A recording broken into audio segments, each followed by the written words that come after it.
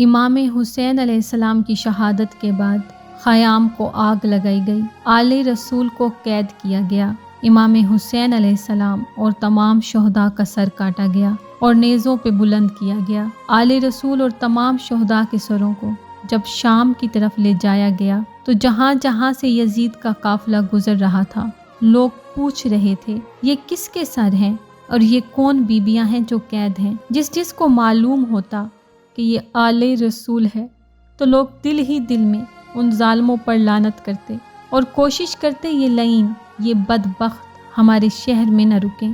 چلتے چلتے یزید کا قافلہ شہر گرداں تک آ پہنچا۔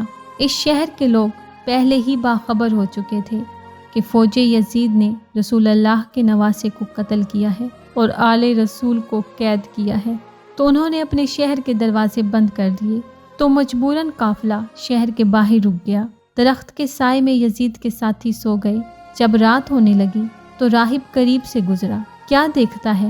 ایک نورانی سر ہے، آسمان سے فرشتے آ کے سلام کر رہے ہیں اور وہ سر قرآن کی تلاوت کر رہا ہے۔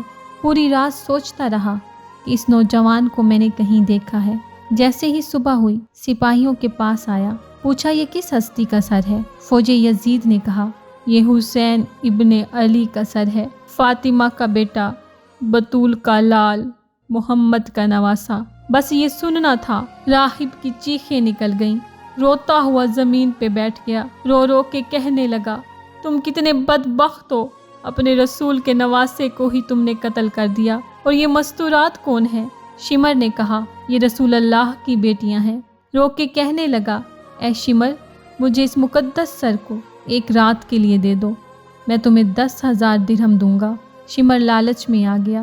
راہب امام حسین کا سر لے کے اپنے گھر آ گیا، ایک پتھر پہ آ کے امام حسین کا سر رکھ دیا اور زاروں قطار رونے لگا۔ اتنے میں امام حسین علیہ السلام کے سر سے آواز آئی اے راہب، یاد کر جب تو اولاد کے لیے میرے نانا کے پاس آیا، میرے نانا سے تو نے اولاد مانگی۔ نانا نے کہا اے راہب، تیری قسمت میں اولاد نہیں، میں نے تجھے 7 بیٹے دیے، تو نے مجھے دعوت دی تھی کہ میرے گھر آئیے۔ راہب میں نے تجھ سے وعدہ کیا تھا کہ میں آؤں گا۔ راہب دیکھ، آج میں نے اپنا وعدہ پورا کیا، میں حسین تیرے گھر آ گیا۔ راہب رو رو کے کہنے لگا آقا، مجھے پتا ہوتا کہ کربلا میں آپ پہ اتنا ظلم ہوا، میں خود کو، اپنے سارے بیٹوں کو آپ پہ قربان کر دیتا۔ راہب پوری رات روتا رہا، مولا حسین کی زیارت کرتا رہا، امام حسین سے باتیں کرتا رہا۔ جیسے ہی صبح قریب آئی، امام حسین کا سر دینے کا وقت آیا، راہب کا دل ڈوبنے لگا۔ اس نے اپنے ایک بیٹے کا سر کاٹا، شمر کو دیا۔ شمر نے جب سر کھولا، کہا راہب یہ حسین کا سر نہیں۔ راہب اندر آیا، امام حسین کے عشق میں اس نے اپنے دوسرے بیٹے کا سر قلم کیا، شمر کو دیا۔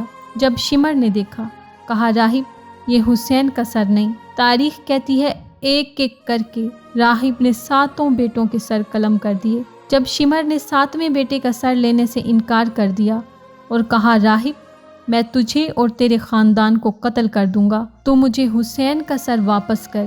اتنے میں امام حسین کے سر سے آواز آئی راہب، تو نے میرے عشق میں اپنے 7 بیٹوں کے سر قلم کر دیے، سارے سر اٹھاؤ، ان کو ان کے جسم کے ساتھ رکھو۔ اللہ کے کرم سے سارے بیٹے زندہ ہو گئے۔ امام حسین نے فرمایا راہب میرا سر اٹھاؤ اور شمر کے حوالے کر دو، کیونکہ اللہ کی مرضی یہی ہے، میرا سر نوک کے نیزہ پہ قرآن کی تلاوت کرے اور میری بہنیں بیٹیاں ننگے سر بازاروں میں خطبے دیتے ہوئے گزریں۔ جب امام حسین نے راہب کو حکم دیا، راہب نے امام حسین کا سر اٹھایا، شمر کے حوالے کر دیا اور کہا اے بدبخت، قیامت تک تجھ پہ لعنت برستی رہے گی۔ اور جس پتھر پہ امام حسین کا سر رکھا گیا، آج بھی اس پتھر سے تازہ خون جاری ہوتا ہے، کیونکہ ناحق خون کبھی چھپتا نہیں۔